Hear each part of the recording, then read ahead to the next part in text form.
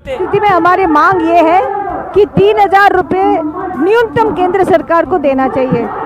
ये जो महीने में 3,000, ताकि इंसान जी सके और गरिमा के साथ रह सके। नमस्कार दोस्तों, स्वागत करते हैं आप सभी का एक बार फिर से हमारे इस YouTube चैनल पर। दोस्तों, EPS 95 पेंशन धारकों के लिए बहुत बड़ी खबर आ रही है। आप सभी के लिए श्रम और रोजगार मंत्रालय की एक बड़ी बैठक संपन्न हुई है, जिसमें पेंशन को लेकर अहम निर्णय लिया गया। साथ ही साथ दोस्तों, आप सभी के लिए 9,000 प्लस डियरनेस अलाउंस और मेडिकल फैसिलिटी को लेकर राज्यसभा के अंदर बड़ी डिमांड आप सभी के लिए सामने आई है। इसके बारे में भी आपको इस वीडियो के अंदर विस्तार से बताएंगे। साथ ही साथ दोस्तों, आज की इस वीडियो में हम बात करेंगे केंद्रीय कर्मचारियों के लिए यहाँ पर एरियर को लेकर एक बड़ा तोहफा जारी कर दिया है सरकार ने, जिसके बारे में भी इस वीडियो के अंदर बात करेंगे।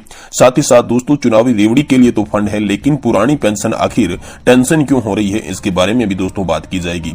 साथ ही दोस्तों, पेंशन पर आज की तमाम छोटी बड़ी अपडेट को आज की इस वीडियो के अंदर हम कवर करने वाले हैं, जिसके साथ साथ हम आपको बताएंगे कि आप सभी के लिए प्री 2016 का पेंशन रिवीजन जो है वो जारी कर दिया जा चुका है। तो जिसके तहत आप सभी की पेंशन में कितना फायदा आप सभी को मिलने वाला है, इसके बारे में हम वीडियो के अंदर विस्तार से जानकारी जानेंगे। साथ ही दोस्तों, EPFO की अहम बैठक के अंदर पेंशन पर कब फैसला हो सकता है, इसके बारे में भी इस वीडियो के अंदर बात करेंगे।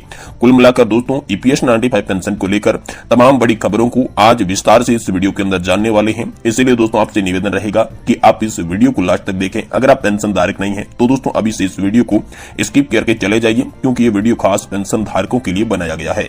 तो दोस्तों, सबसे पहले बात करें, श्रम और रोजगार मंत्रालय में एक बड़ी मीटिंग की गई। जी हाँ दोस्तों, चुनावी माहौल को देखते हुए हर सरकार, हर यहाँ पर पार्टी जो है वो बीजेपी या फिर कांग्रेस, कोई भी पार्टी हो दोस्तों, यहाँ पर कर्मचारियों के लिए लगातार ऐलान करती हुई नजर आ रही है। अपने घोषणा पत्र के अंदर कर्मचारी और पेंशन धारकों को ज्यादा फायदा मुहैया कराने की बात कर रही है।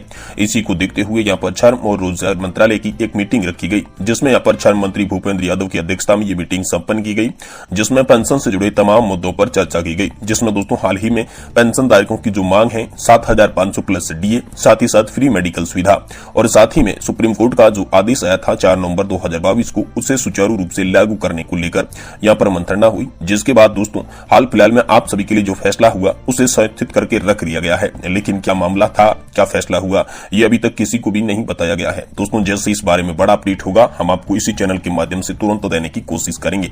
अब दोस्तों, चलते हैं दूसरी बड़ी खबर की ओर। तो दोस्तों, EPF pension 9,000 plus dearness allowance और मेडिकल फैसिलिटीज को लेकर जो राज्यसभा के अंदर मांगे रखी गई थी, वो आखिर मांगे क्या थी और उन मांगों पर क्या हुआ। साथ ही साथ हम सुप्रीम कोर्ट के एक मामले से जुड़ी बहुत ही बड़ी रिपोर्ट आप सभी को दिखाने वाली हैं। तो दोस्तों, राज्यसभा के अंदर जो इल्माराम करीम केरल से आते हैं, साथ ही सुगमम जो कि तमिलनाडु से आते हैं, इन दोनों ने यहाँ पर जो हजारों पेंशनर्स के लिए यहाँ पर जो न्यूनतम पेंशन थी वो दोस्तों 1,000 रुपए जो मिल रही है, वो नहीं मिलने के साथ साथ EPS पेंशन में बढ़ोतरी के साथ साथ यहाँ पर 9,000 रुपए पेंशन करने को कहा। यानी कि दोस्तों, उन्होंने यहाँ पर जो पेंशन धारकों की मांग रखी, वो ये कहा गया राज्यसभा के अंदर कि जो पेंशन धारक है उन्हें यहाँ पर मिनिमम जो है वो 1,000 रुपए की पेंशन भी नहीं मिल पा रही है।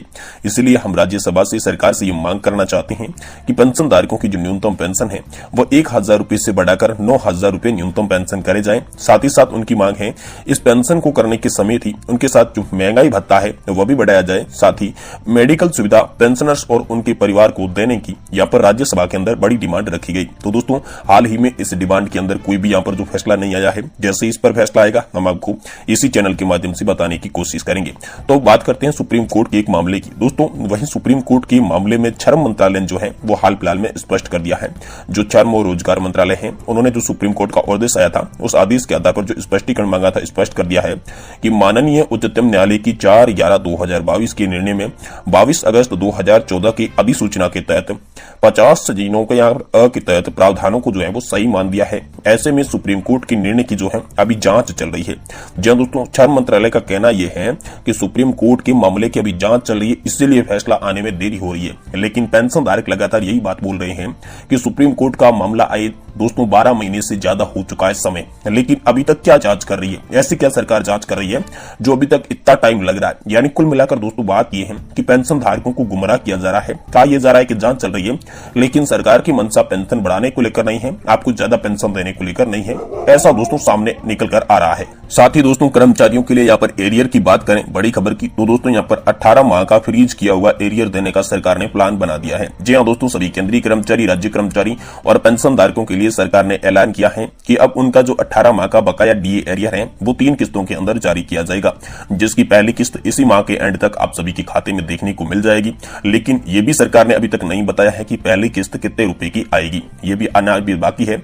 लेकिन सरकार ने मोटा मोटा ये बता दिया है कि आपको जो 18 माह का बकाया डीए एरियर है वो दोस्तों 3 किस्तों के अंदर दिया जाएगा, और तीनों किस्तें जो हैं वो 1 महीने के अंतराल में आप सभी को मिलेगी। यानी जो पहली किस्त मिलेगी उसके बाद 1 महीने बाद दूसरी किस्त, और वहीं उसके 2 महीने बाद तीसरी किस्त आप सभी को मिल जाएगी। यानी कि 1 महीने के अंतराल में आपको तीनों किस्तें मिलने वाली हैं, और 18 माह का जो संपूर्ण बकाया डीए एरियर है वो 3 किस्तों के अंदर आपकी खाते में ट्रांसफर किया जाएगा। यानी कि दोस्तों 18 माह के डीए एरियर को लेकर मांग कर रहे सभी कर्मचारियों के लिए यहाँ पर बड़ी खुशखबरी है। वहीं बात करें दोस्तों चुनावी रेवड़ी के लिए फंड है, लेकिन पुरानी पेंशन आखिर टेंशन क्यों है, पुरानी पेंशन के लिए फंड क्यों नहीं है?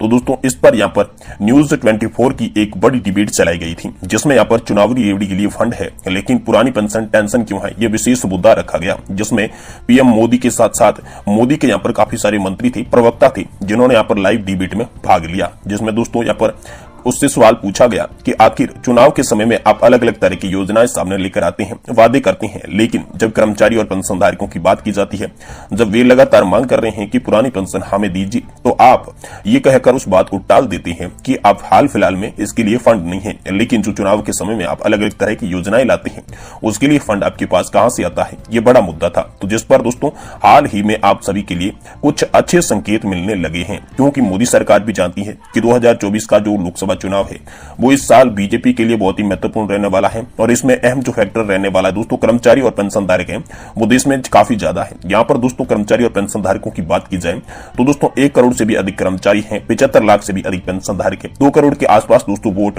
कर्मचारी और पेंशनधारकों के बन जाते हैं। इसलिए दोस्तों जो मोदी सरकार है अब दोस्तों पेंशनधारकों और कर्मचारियों को खुश करने वाली खबरें दे सकती है, जिसमें दोस्तों अब आप सभी के लिए एक राहत की खबर ये आई है कि जो मोदी सरकार के मंत्रीगण हो गए, चाहे कैबिनेट मंत्री हो चाहे किसी भी प्रकार के मंत्री हो, पहले जब ओपीएस की बात करते थे वो साफ नकार देती थी, लेकिन अब वही जो है मुद्दा उठा रही हैं कि देश में हम ओपीएस को लागू करेंगे, आप सभी की मांगे जो पूरी करेंगे, ऐसा आश्वासन मिल रहा है। तो दोस्तों कहीं न कहीं आप सभी को लग रहा होगा कि 2024 के चुनाव से पहले आपकी मांगे मंजूर हो सकती है। तो दोस्तों ये बिल्कुल सही है कि आपकी अगर मांगे जो है वो 2024 के चुनाव से पहले अगर मंजूर नहीं की गई तो बाद में आपकी वो मांगे मंजूर नहीं होने वाली है, क्योंकि सरकार जो आश्वासन दे रही है वो चुनाव को देखते हुए दे रही है। सरकार को यह अच्छी तरीके से भली भांति मालूम है कि अगर चुनाव के समय में कर्मचारियों और पेंशनधारकों का वोट अगर हमारे खिलाफ हो गया तो सरकार को काफी सारी दिक्कतों का सामना भी करना पड़ सकता है और विपक्षी दल सरकार बना भी सकता है। इसी को लेकर लगातार जो है वो पेंशनधारकों के लिए आश्वासन दे रहे हैं, पेंशनधारकों को अच्छी सी यहाँ पर स्कीमें बता रही हैं। लेकिन दोस्तों इसमें आपकी क्या राय है, क्या वाकई में मोदी सरकार आप सभी के लिए क्या पुरानी पेंशन व्यवस्था के बारे में सोच सकती है? लेकिन कुछ जानकारों का यह भी मानना है, कुछ अर्थशास्त्रियों का कहना यह भी है कि पूरी तरीके से पुरानी पेंशन तो नहीं, लेकिन जिस तरीके से एनपीएस के अंदर कंट्रीब्यूशन लिया जा रहा है उसी तरीके से यहाँ पर ओपीएस के अंदर कंट्रीब्यूशन लेके और एनपीएस की तरह लाभ न देकर ओपीएस की तरह जिस तरीके से 50% पेंशन यहाँ पर सैलरी की दी जाती थी उसी की तरह दी जाएगा। यानी कि जो विशेष बात की जा रही है योजना की वो है दोस्तों एनपीएस और ओपीएस में तालमेल बिठाने वाली योजना की। यानी कंट्रीब्यूशन आपका एनपीएस की तरह लिया जाएगा और पेंशन आपको ओपीएस की तरह मिलेगी। यानी कि बीच का जो रास्ता है, बिचौलिया रास्ता इन्होंने निकाला है, ऐसा दोस्तों आप सभी के लिए लागू हो सकता है। लेकिन कर्मचारियों की मांग है कि हमारी ये मांगे जल्दी से जल्दी पूरी हो, वरना 2024 के चुनाव के लिए तैयार रहे। तो दोस्तों आप सभी के लिए 2024 के लोकसभा चुनाव से पहले पेंशन को लेकर बड़ी खबर सामने आ सकती है। दोस्तों आज की वीडियो में इतना ही। वीडियो पसंद आए तो इसे लाइक करें और चैनल को जरूर सब्सक्राइब